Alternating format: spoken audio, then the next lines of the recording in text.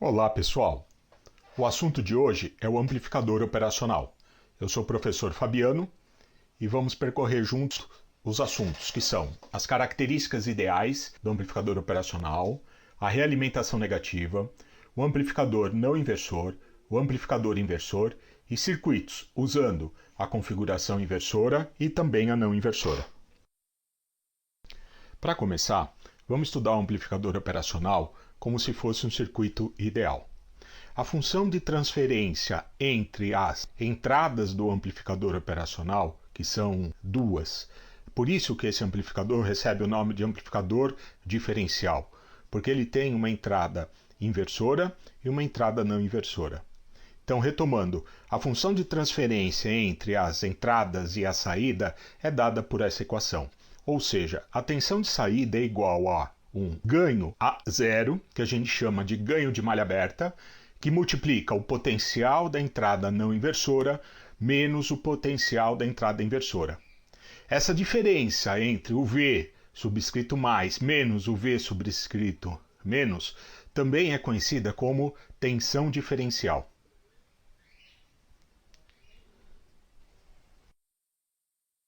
Então, considerando o amplificador operacional ideal e o seu circuito interno destacado por essa área achurada, nós temos uma fonte de tensão controlada ou vinculada, onde o seu sinal de saída é dado pelo ganho em malha aberta vezes a tensão diferencial. Repare que a gente tem uma tensão de referência desse sinal de saída. Falando um pouco sobre essas referências e dos terminais de alimentação desse amplificador operacional, ele não possui só os terminais de entrada, diferencial e de saída.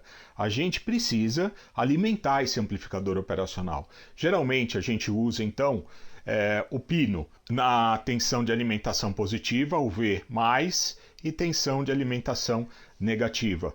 Isso para o caso dos amplificadores dual supply, que a gente precisa de duas fontes de alimentação.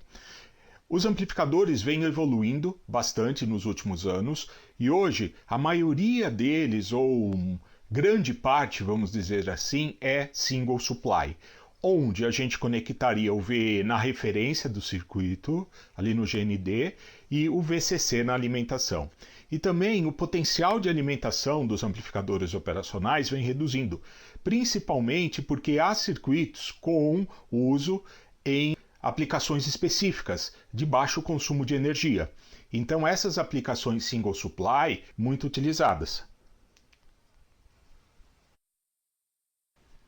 Resumindo, algumas características ideais de um amplificador operacional, elas são as seguintes. Ele tem o ganho diferencial infinito, que eu também já chamei de ganho em malha aberta, que no caso nessa figura é o A, e também chamado de A índice zero. Ele tem impedância de entrada infinita. O que quer dizer isso? É que não circula a corrente das fontes que a gente conectar à entrada do amplificador operacional, porque ele tem uma alta impedância de entrada. E também ele tem uma impedância de saída muito baixa, porque estamos considerando que a fonte de tensão é ideal. Outras características também, que não é muito objetivo da aula de hoje, mas são importantes, o amplificador tem offset nulo, excursão de saída do sinal próximos das tensões de alimentação, velocidade infinita e função de transferência estritamente linear. A função de transferência de um amplificador operacional basicamente tem duas regiões. Uma região linear, que é dada por essa inclinação. A função de transferência, ela relaciona a tensão de saída VO pela tensão diferencial. Não esqueça que a tensão diferencial é V índice subscrito mais menos o V subscrito menos. Então é a tensão diferença aplicada entre a entrada não inversora e a entrada inversora. Se o ganho fosse infinito, essa inclinação seria íngreme, no eixo, estaria em cima do eixo vertical. Aqui a gente diminuiu um pouco essa inclinação para mostrar a região linear desse amplificador, que é essa faixa central. Fora dessa faixa, o amplificador não vai admitir que a saída seja superior à tensão de alimentação, V+, e nem inferior a V-. Então, se a gente for usar um sinal de saída que vai ser maior que essas tensões, ele vai entrar na região de saturação. Então ele encosta na tensão de alimentação e satura. Importante, quando a gente está usando ele como amplificador, é manter o seu funcionamento na região linear. Mas se o ganho em malha aberta do amplificador é muito alto, próximo de infinito, essa região linear ela vai ter uma inclinação que vai estar em cima do eixo Y. E por menor que a gente tenha um sinal diferencial aplicado na entrada desse amplificador, ele vai levar à saída da saturação. Então, supondo, se a gente tem um amplificador com o ganho 10 a sexta, se a gente aplicar 1 volt de pico a pico na entrada desse amplificador, se espera obter 1 megavolt de pico a pico na saída, mas é lógico que isso não vai acontecer. Por quê? Porque ele vai estar limitado pela tensão de alimentação. Mesmo que a gente quisesse aplicar 1 milivolt na entrada desse amplificador, com um ganho de 10 a sexta, ele entregaria, entre aspas, um sinal de 1000 volts na saída. E também esse não é o caso, porque sempre a saída vai estar limitada pela tensão de alimentação. Bom, mas aí surge uma questão. Para que serve um amplificador ideal com ganho infinito? O amplificador operacional em malha aberta tem muitas aplicações. Por exemplo, ele pode ser usado como um comparador. Neste exemplo aqui, a gente vai visualizar a função de transferência de um amplificador ideal quando usado como comparador. Repare que eu estou colocando uma fonte de tensão acoplada na entrada não inversora e a referência, o terra, na entrada inversora. Toda vez que o Vin for maior que a referência, a saída do amplificador chaveará para o potencial V+, que é o potencial de alimentação da fonte. Isso numa condição de amplificador ideal. Se a tensão VI for menor que a referência zero, a saída do operacional vai chavear para uma tensão negativa ou a tensão de alimentação negativa desse amplificador operacional. Então aqui a gente tem uma função de comparação. O zero a gente pode ajustar da seguinte forma. A gente pode colocar aqui no zero uma fonte e fazer com que esse limiar de comparação, onde acontece o chaveamento, seja deslocado para a direita ou para a esquerda. O que a gente pode fazer também é inverter a entrada inversora com a não inversora, colocando agora a fonte que a gente está querendo comparar o sinal na entrada inversora. Com isso, a gente cria uma configuração de um comparador inversor. Então, esse circuito ele é muito versátil para diversas aplicações onde a gente quer comparar. Por exemplo, a gente tem o sinal de um sensor de temperatura, quer comparar ele com um set point, uma referência, e na saída que a gente quer ligar ou desligar um aquecedor, um resfriador, um termostato. Então a gente pode implementar de forma analógica esse circuito. Não necessariamente em todas as aplicações de eletrônica a gente precisa de um sensor, um conversor analógico digital, um microprocessador, né, e um circuito extremamente complexo na saída. A gente pode resolver o problema com um único amplificador operacional que custa aí alguns centavos e dá a solução para nosso problema.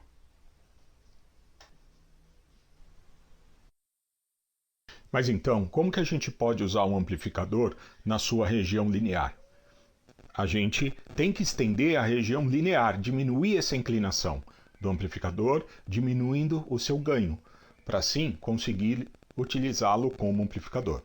Vamos imaginar o seguinte, aqui tem o símbolo do amplificador, a gente vai fazer a análise da realimentação negativa, que é o recurso que a gente vai usar. Para isso eu estou substituindo esse símbolo por esse outro aqui, que é um somador. Eu tenho nesse somador um terminal de entrada positivo e um terminal negativo. Bom, a saída desse somador é uma tensão diferencial, é a diferença entre as duas entradas, que vai ser multiplicada pelo ganho A, que é o ganho em malha aberta.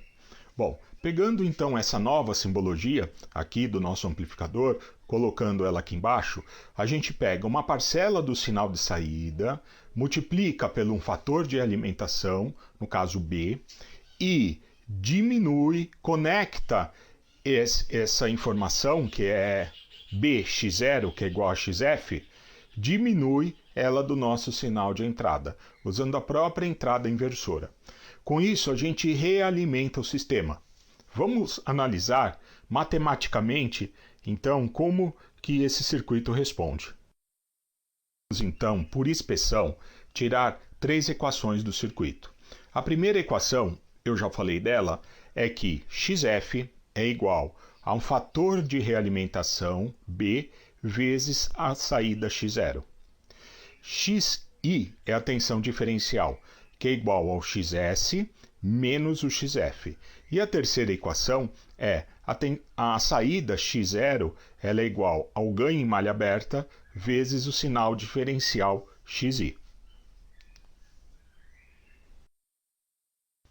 Combinando essas 3 equações, a gente tem que a relação da saída X0 pela entrada XS é igual a 0 sobre 1 mais A0B. Se a gente dividir o numerador e o denominador por A0, a gente vai obter que é 1 sobre A0 mais o fator de alimentação.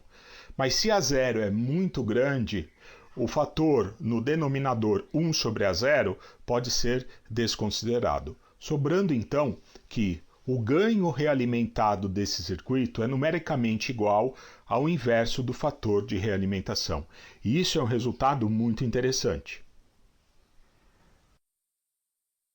Como um exercício exemplo, a gente pode usar esse esquema para entender a realimentação e, nesse esquema, extrair quem é o fator de realimentação e quanto vale o ganho realimentado nesse caso.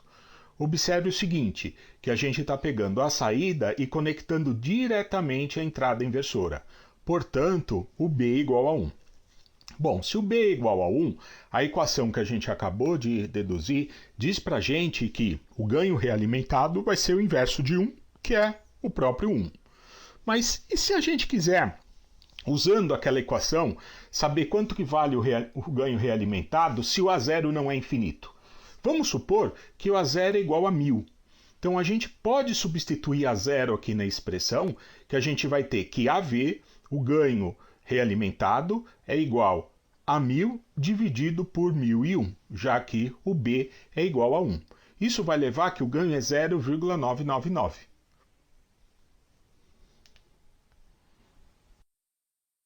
E esse circuito que a gente acabou de estudar é o bem conhecido buffer, que é o seguidor de tensão. Por que seguidor de tensão? Que tudo que entra sai, o ganho é 1. Mas por que a gente quer um amplificador com ganho 1? Porque ele é um isolador de impedância.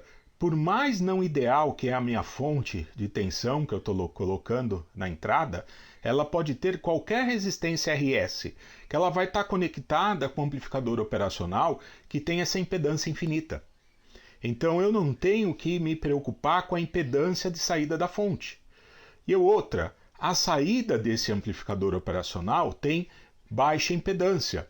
Esse operacional tem capacidade de fornecer corrente para essa carga, fazendo com que ele se aproxime mais da condição de uma fonte de tensão ideal. Então, a gente está conectando fonte e carga com o mesmo sinal da fonte VI, mas só que nós estamos isolando as impedâncias.